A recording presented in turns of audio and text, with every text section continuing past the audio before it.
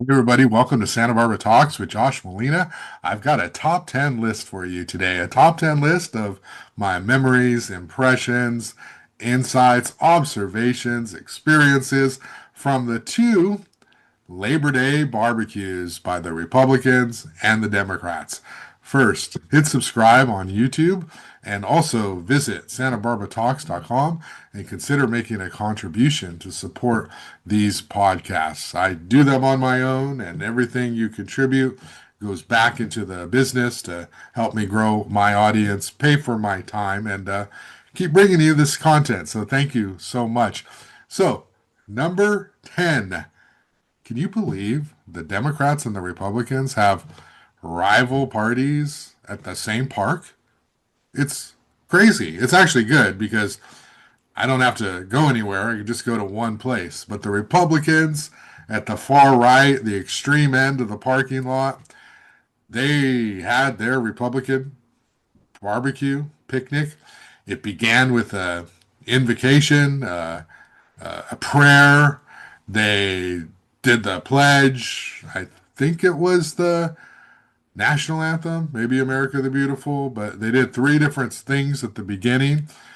And they had their event and they had a list of speakers. And I'm going to go into them a little bit later, some of them, as far as, other highlights of this top 10 list. And then all the way, right at the front of the park, you've got the Democrats. And they've been doing their party for a lot longer than the Republicans at that event. I usually go to that event. I cover it. I enjoy covering it. Last year, the Republicans got upset that they thought I snubbed them. I didn't cover their event. They didn't let me know. I didn't know what was happening. Well, this year I did, so I covered them. Boy, those brains, boy, talk about different sides working. Um, Whole lot of different things being said at those two parties. But I think it's kind of fun and a little bit, I don't know, I don't say ridiculous, but just odd that, this is where they're having their parties. And obviously, it's a full house at both sites. And man, if you're a journalist, you're having to spin around to try to take all this in and keep it all clear, but is really cool. All right. So dueling parties, Tucker's Grove, new traditions. I'm glad I don't have to drive anywhere to cover this. I did get an ovation, by the way. I should say Bobby McGinnis, the chair of the Republican Party, was seemingly so happy that I was covering it that she announced my name, said I was from Newshawk, and big cheers. So that was kind of cool. Never got any cheers at a party event before.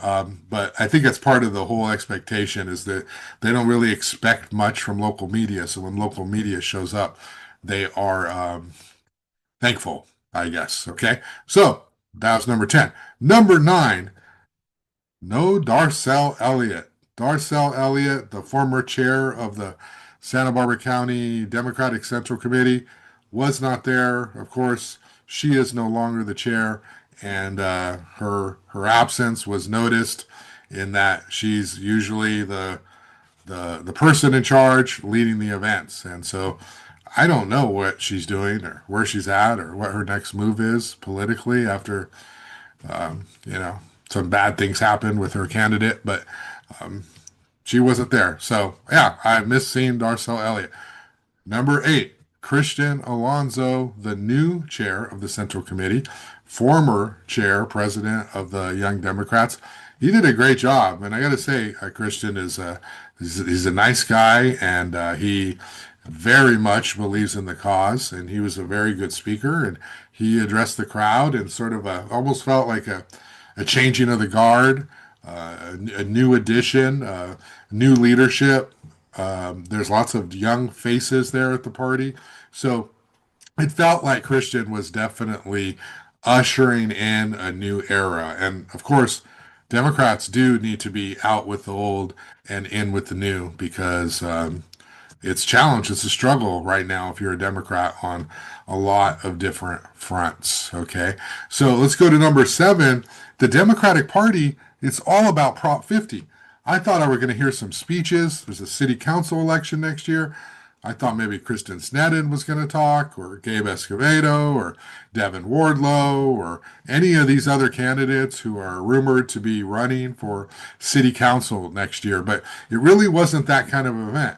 everybody was talking about Prop 50, which is this Gavin Newsom led effort to redraw some of the congressional districts before 2030 to respond to Trump, who's trying to steal the midterms elections, and of course, what we saw in Texas. So that was the fire that everyone was breathing.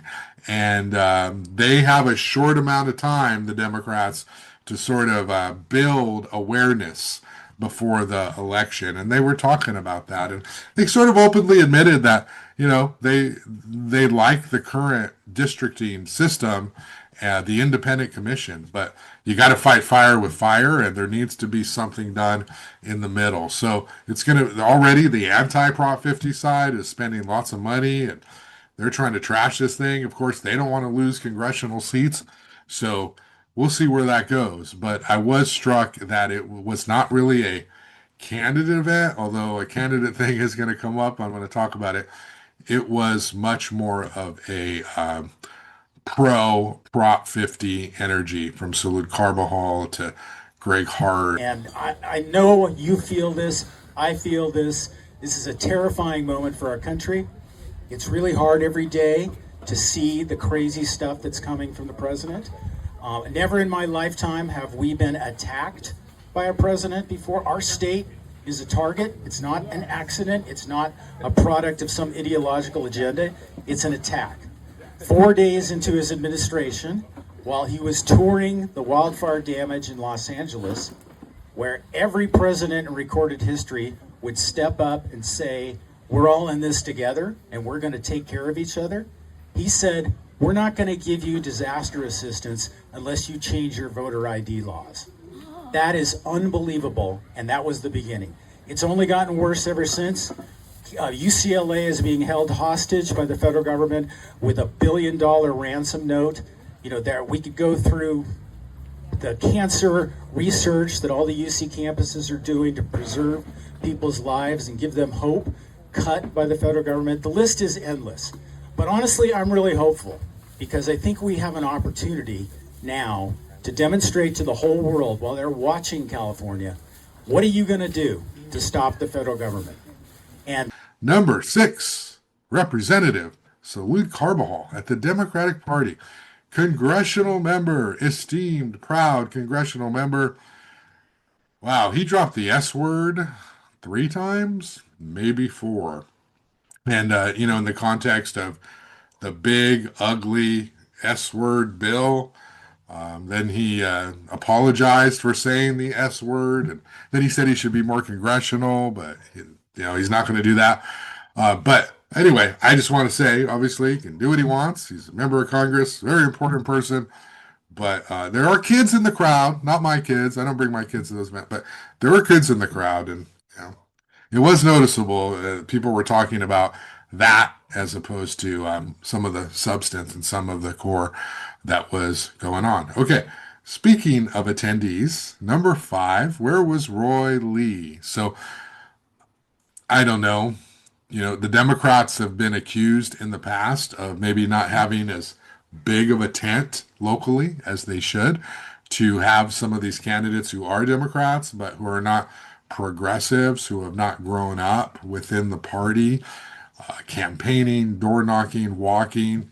They have been criticized in the past for not having a big enough tent. And then, of course, the big political stunner of forever is Roy Lee, a Democrat coming out of Carpinteria, a political nobody. Sorry, Roy, you know what I mean. I've said that to your face. Basically ousting the incumbent, who was a career politician and believed to have that seat for as long as he wanted to have that seat. And all of a sudden, Roy just knocks him on his ass, and now he's the guy. And a lot of people like Roy.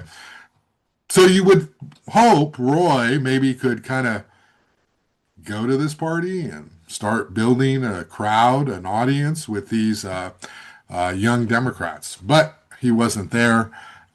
Obviously, his choice for whatever reason.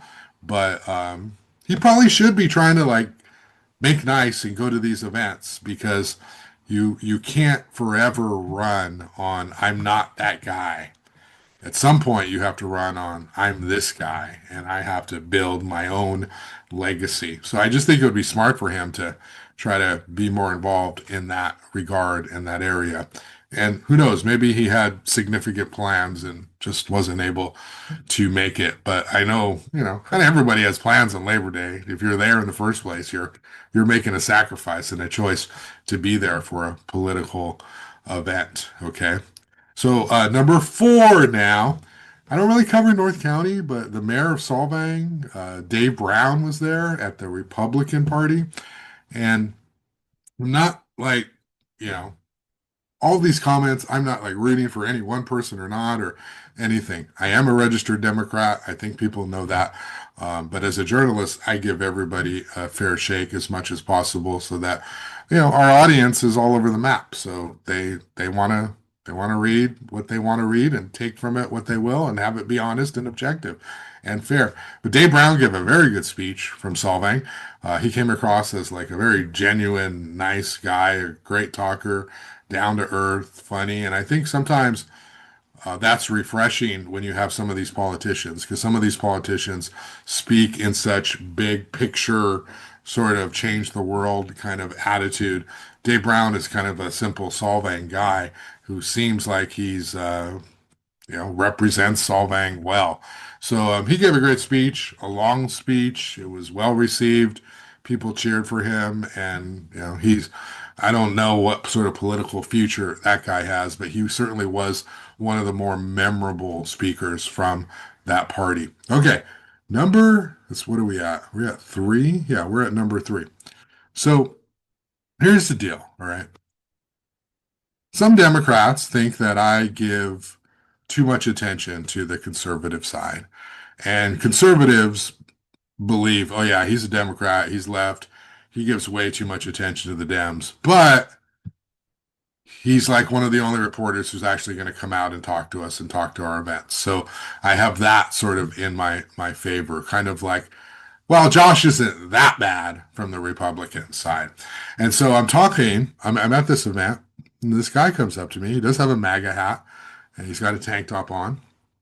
And, he's very kind. He's very polite. He says to me, are you Josh Molina? And then he wants to talk to me about one of my podcasts where I interviewed, I think he described it as like a extreme lefty professor.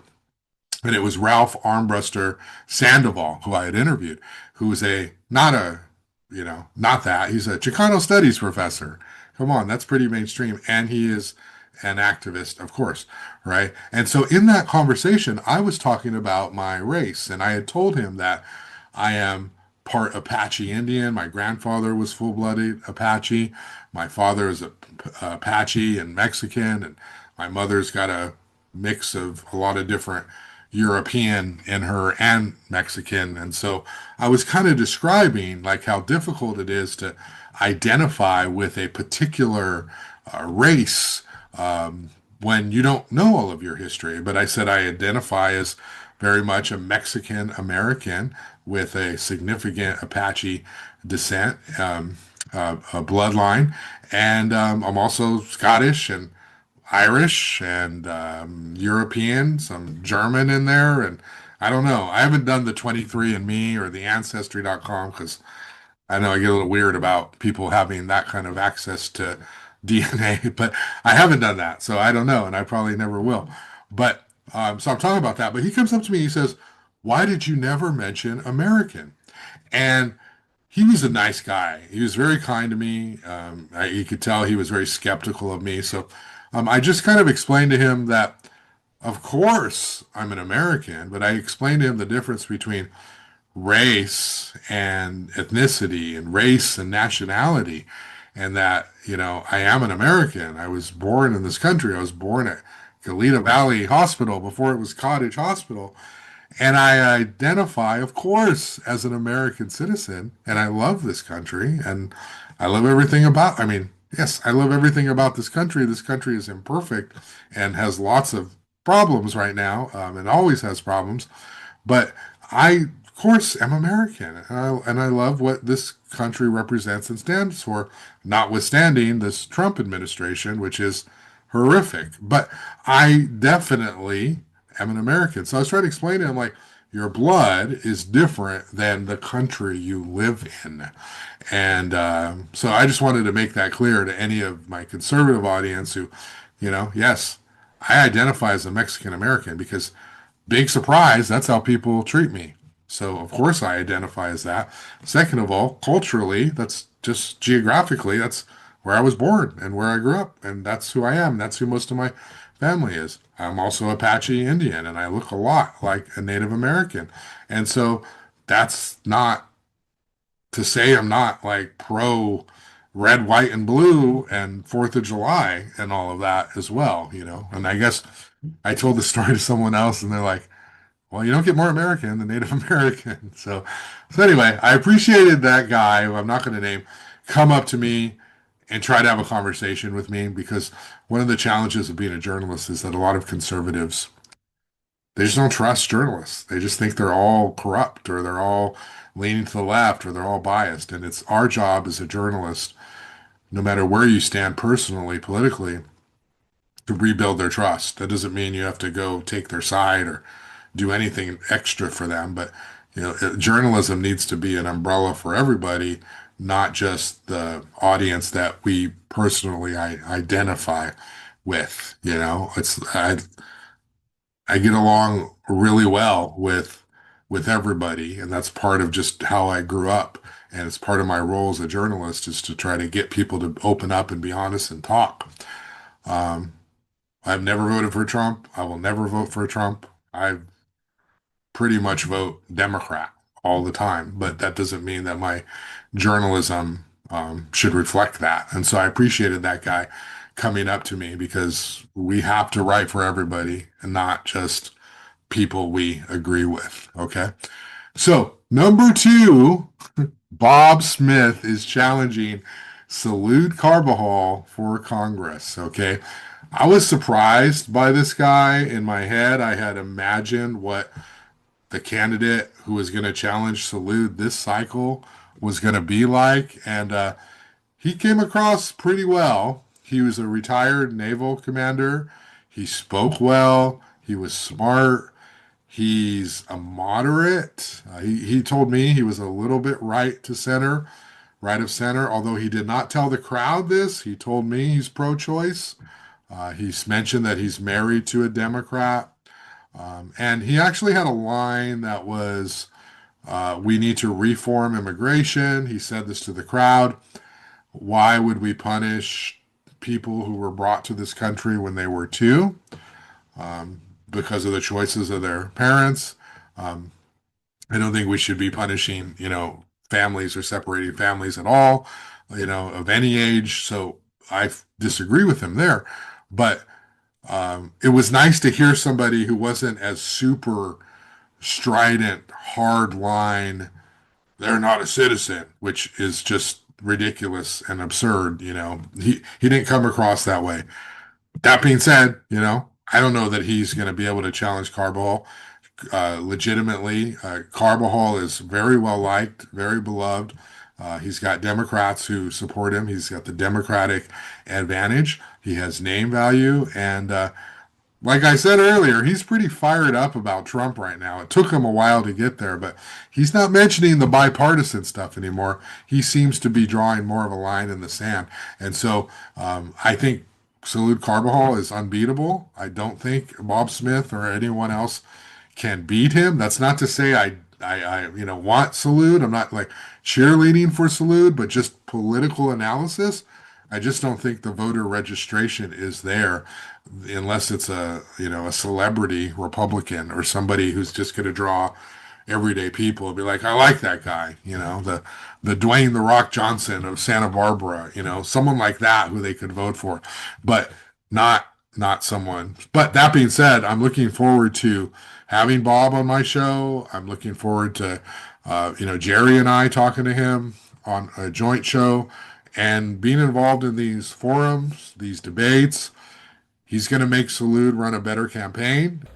Okay, once we get that out, we've got to reach a few other communities, right? The two communities that we really need to focus on are young people. 18 to 22-year-olds, especially males, are trending conservative right now. They know at college campuses that their life has been sold out here. We've got to get to those people. So talk to your kids, talk to your grandkids. The last group I'm going to tell you to talk to is your Hispanic neighbors here. Okay? A lot of them don't get out to vote. It's a huge percentage. There's another part of that where they've been pushed into one party and for one reason or another, but you're talking about people that are generally faith, family, anti-woke, hardworking. That sounds like a conservative to me, right? So get to your neighbors and talk to them and get them to register. There's a way to turn it around here. And the last one I'm going to leave you with is these crossovers from the non-party preference and Democrats. There's going to be some Democrats, just like some of you Republicans, you're never going to vote across the aisle. So that's a reality. However, there are people in the center right now that are really getting annoyed with the fact that their elected officials are not doing anything. Listen to them. They go to city council meetings and they're saying, what are you doing for me? They go to the county board of supervisors and they say, what are you doing for me? And we're going to see more of Bob Smith having to try to appeal to moderates. He did say to the crowd that he wants to try to recruit Hispanics. He says that Democrats believe that they have a lock on the Hispanic vote, and he believes that's not true.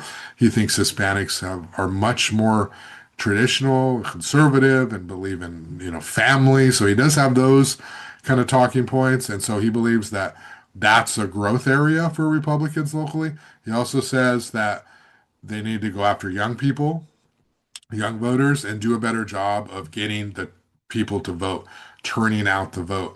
So from filling out the ballot to actually mailing it in or dropping it off.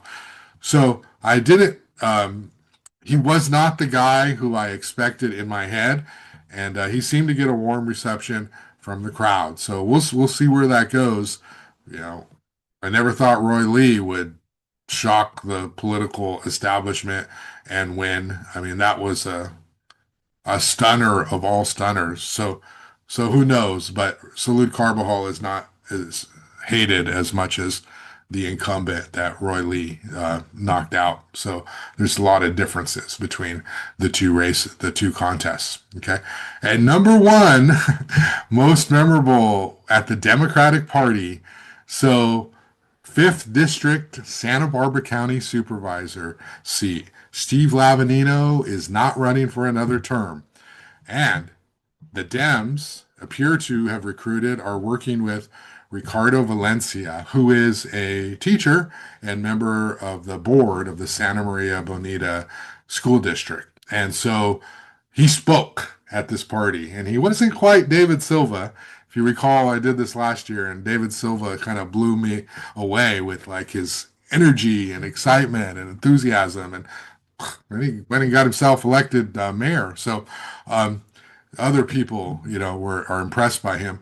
And so Ricardo Valencia, he spoke, and wow, he didn't pull any punches. He called out Steve. He said that the current supervisor is trying to hand the seat over to his chief of staff, who is Corey Bantolin. And he didn't name Corey, but he just said chief of staff. But then he said, who is just now moving into the district. And he said, where I come from, we call that kind of person a poser. And then he said, Ricardo Valencia said he's a child of immigrant parents. He grew up in Guadalupe, and that he is a real legitimate candidate from the community, not somebody who's going to be handed a seat because of political legacy. Our current District 5 supervisor wants to pass that job on to his chief of staff, who is just now moving to Santa Maria in order to be eligible for the election. Back in my neighborhood, we call those people posers. People who claim to be from the block when they're not. Now, when he said this, there were boos from the crowd at the idea that Steve wanted to hand his seat over to Corey. Now, I'm sure that a lot of the younger party activists, Democrat activists, don't know anything about Corey Bantolin. They just heard this little scheme and reacted with boos. Corey is actually, I've joked, call him a double agent. And what I mean by that is he has been friendly in the past with Democrats and very tight with Darcel and other people in that circle. So there are a lot of Dems who don't hate Corey, right? That are actually like him or can work with him. So it's going to be interesting to see how that whole thing plays out, because Ricardo Valencia very much seems like he fits that district demographically in terms of the people, a lot more than Corey does. However, from a policy perspective, from somebody who is a Republican in a majority Republican district, who has the experience and has been working in this field, he's very qualified in that realm. So it's gonna become a contest between what do you want? What kind of candidate do you want? Do you want somebody who grew up in the community who can identify with some of the challenges? Or do you want more of that policy type person who's an extension of Steve Lavanino? And Corey's, he's got his own stuff he's formidable for as well. So how much are the Democrats going to get behind Valencia? He did read from notes, which, it's better when you don't and you just feel it. But that crowd liked him. Like, they cheered for him, they rooted for him, and he seemed like a candidate who was going to have a good shot, at least in terms of that campaign effort, support work, to give him an opportunity to win. So to me, that would be that's a big contest. And if they can pull that seat. So that was number one. That was the most memorable, a lot of different stuff. I love covering this stuff, and I appreciate both leadership of the parties letting me come. I am a Democrat, so technically you can't keep me out of the Democratic Party. Not a Republican, but I think they want the coverage, and we gave it to them. Tons of photos, story, both parties. So thank you so much. Appreciate your time. Please hit subscribe on YouTube. Check out all of the other podcasts that I've done. Lots of great stuff there. If you wanted to familiarize yourself with the community, lots of great interviews there. And if you know these people, check all this stuff out, because they're great conversations, candid, one-on-one. All right. Have a great day. Thank you.